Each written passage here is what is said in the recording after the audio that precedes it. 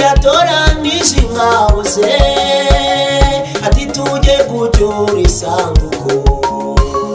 Inka zari zihetse iyo sanduku zigira zigiye kuvunika, barambura amaboko kuziramira. Umugabo witwa Uzumutsindako Dawidi niko gufata umwanzuro uyicure kwa Obededom. Ubwo yari yicariye ku mbuga abona isanduku barayizanye, nyamara abantu benshi icyo gihe bari bazi ko atari buramuke. Hashize amezi agera kuri 3 bajya kumurega kuri Dawidi, bigenda ukureyo ya sanduku wa mugabo yabaye umukire. Ufite inzira nyinshi Mana we, watunyuzamo tugatabarwa. Ufite inzira nyinshi Mana we, watunyuzamo tugatabarwa. Ufite inzira nyinshi Mana we, watunyuzamo tugatabarwa.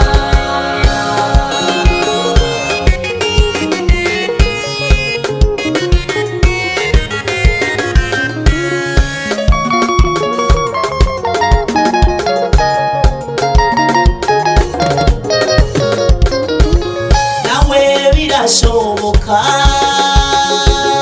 wamumeze nka Obededom, bakagusinyira urwo gupfa, nyamara iyo nzira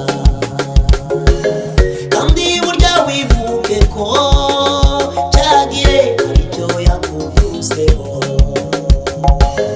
Ufite inzira nyinshi Mana we, watunyuzamo tugatabarwa.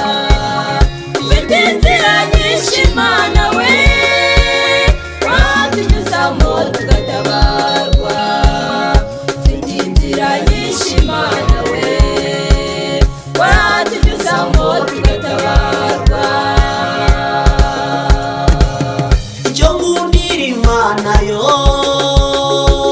Burya ntabyireba nk'abantu, babona ibi bigukwiriye, baturiye bimugereho. babona uri kurya umugati, bakabyiganira kugusura, akakubarira udukuru, bakwereka ko ari inshuti zawe. nyamara burya cyagihe nibo bagusinyiye urwo gupfa. icyo ngundira Imana yo Burya ntabyireba nk'abantu, babona ibi bigukwiriye,